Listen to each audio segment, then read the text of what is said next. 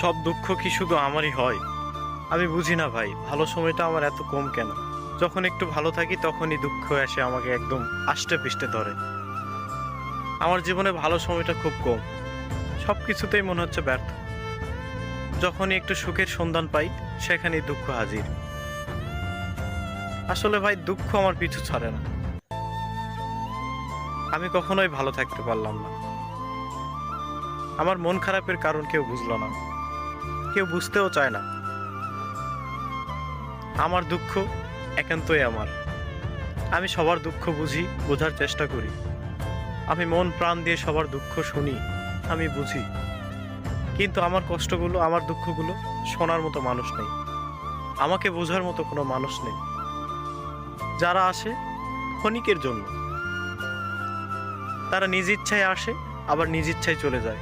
মাঝখানে শুধু আমাকে এক আকাশ সমান দুঃখ দিয়ে যায়। আর কত ভাই এভাবে? আমি যতবার মানুষকে বিশ্বাস করেছি, ঠিক ততবারই আমি ঠকেছি। তবে ঠকার পরেও একটা শান্তি লাগে। সেটা হচ্ছে, নিজের মনকে আমি বুঝাতে পারি যে আমি কাউকে ঠকাইনি। একটা কথা কি জানেন? আমি বিশ্বাস করে হেরে যেতে চাই, তবে প্রতারণা করে জয়ী হতে চাই না। দুঃখ আমার পিছু ছাড়ে না।